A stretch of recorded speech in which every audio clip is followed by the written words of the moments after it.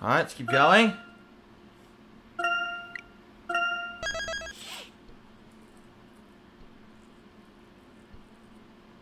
Chapter 10, ladies and gentlemen. Chapter 10. Epilogue, the first story. This is finally the end of the game. Yes. Dance, magic, dance.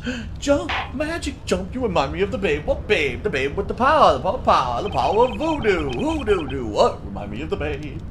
Okay, enough of that. I don't quite know what to say. I am truly shocked to see the storyteller again, alive and well. This was unexpected by me too, as I did not plan to appear before you all again. I was convinced that you would all see the last of me at that parade. But this is the trial for your murder. Are you alive? You are alive. Yeah, see? No one was killed. Let's call this whole thing off and let's never have witch trials again. Whoa, Maya, take it easy. We're still in court, remember? But what's the point of this? The storyteller wasn't killed. Espella would never do anything to harm her dad. Objection. Objection. If only it was as simple as that to end this trial. However, it is not, Miss Fay. But, Professor... Search your memory and you will know the reason why. The crime Miss Cantabella is accused of is not just murder. The purpose of the witches' court is to sentence the witches for what they are. Isn't that right, Mr. Storyteller? I fully intend to expose the true identity of Bezella, and this would not be possible without you, Mr. Storyteller, on the witness stand. I see. And so you assumed the role of an Inquisitor just to lure me here? Be that as it may, the Inquisition still maintains that Espella Cantabella is the great witch Bezella. Dad. It's been a long time, Espella. 4 years, in fact. You must have experienced many hardships living among the townsfolk. This daughter of mine never fits in with the others, no matter how hard she tries. No, it wasn't quite like that. There were people who supported me. Aunt Patty was very kind, and the customers who came to our bakery were nice to me. I'm happy to hear that. I wanted to watch over you ever since you left for the town. But in the end, I failed to do so. I had no idea what was happening to you. I am very sorry, Espella. Oh, Dad, you don't need to apologize to me for anything. It's me that owes you an apology. I was trying to hurt you. It was all my fault, not yours. There's no reason for you to blame yourself. Dad, I'm happy we got to talk. Espella. You're so busy writing everyone's stories that we stopped talking to each other. Therefore, it was different. You used to have time for me. Please forgive me. Why did it have to come to this? Mr. Storyteller, it is time to put everything in order now. The townsfolk and your daughter deserve to know the truth. The truth about yourself and the story. Yes, I suppose it is time I told you the truth. Your Honor. Yes, Mr. Storyteller? Let us begin. In this trial, I shall be judged. Understood. The witness shall testify. People of Labyrinthia who have gathered in this court, I will now tell you the true story.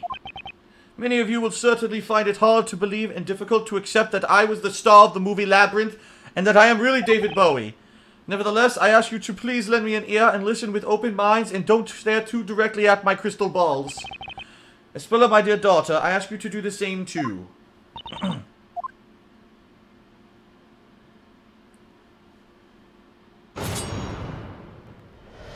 Alright, here we go. Although you know me as the storyteller, I have one more identity. I am the president of Labrellum Inc. This whole town is one of Labrellum's research facilities. It may be hard for you to comprehend. This land is rich in a very special substance which affects everyone who lives here. The substance enables the manipulation of people's minds, and that is what Labrellum is researching. Oh god. This experiment began 10 years ago. The townsfolk all became test subjects. What on earth? I don't understand. What does it all mean? I don't quite understand what I've just heard. I do not blame you. I suppose all the townsfolk are just as confused. Labyrinthia is an artificial town created entirely by me. But, of course, as artificial as it may be, it is the reality for those that live here. For the past 10 years, I've been bringing the illusion to life by writing the story. I am lost for words. It feels as if the whole world has been turned on its head. Your Honor, it certainly is not an easy matter to grasp this new situation at once. Regardless, I suggest we hear more of what the witness has to say. Yes, I agree. Let's continue. The defense may begin the interrogation. Thank you, Your Honor. Oh, boy.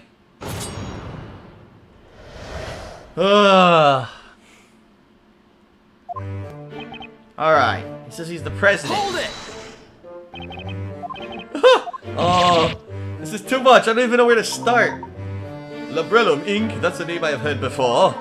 It is a global pharmaceutical company with headquarters in England.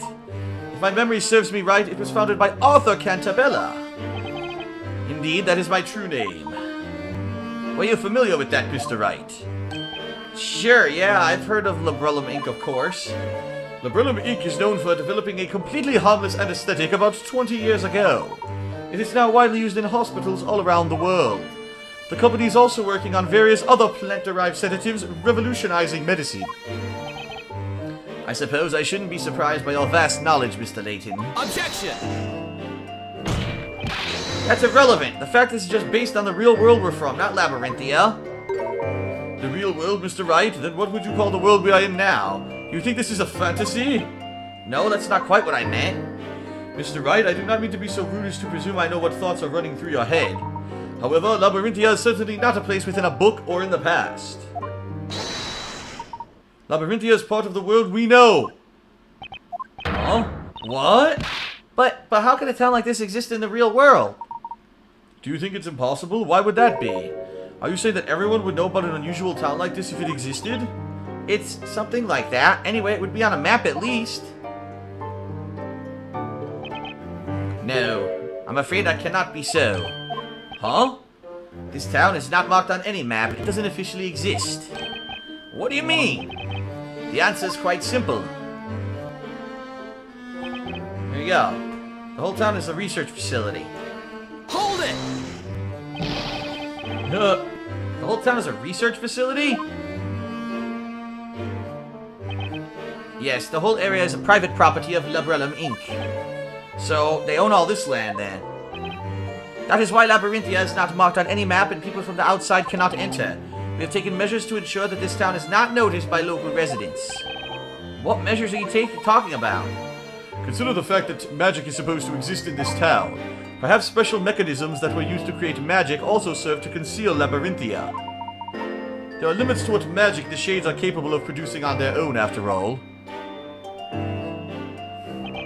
That is the case indeed. The magic in this town has been made feasible owing to the latest technology. Technology? Tricks? I cannot believe this. However, there's one question. There's no industry in Labyrinthia. How do you obtain necessary commodities? Very observant, aren't you? All commodities are regularly shipped in by sea. A young man once made his way here on a freighter and took a speller out of the town. That was Carmine Accidenti, a friend of mine. I see. But is something on the scale really possible? As you might suspect, it would be beyond the power of Labrellum Inc. to keep a facility this size secret for so long. Labyrinthia is a project co-funded by the British government. What? It's a government project? But what would be their stake in this? It's all because of my beliefs. His beliefs? By the way, Yes, Your Honor? What is a research facility? I've never heard of anything like that before. Ah, yes, that was careless of me. Naturally, you wouldn't know what it means. How should I explain? This whole town is my creation. Oh, then that's what it's about. In other words, it's all your story. That makes it all clear. Swing and a miss, Your Honor. Getting back to the topic. There's an important reason why we have chosen to build this facility here. Okay.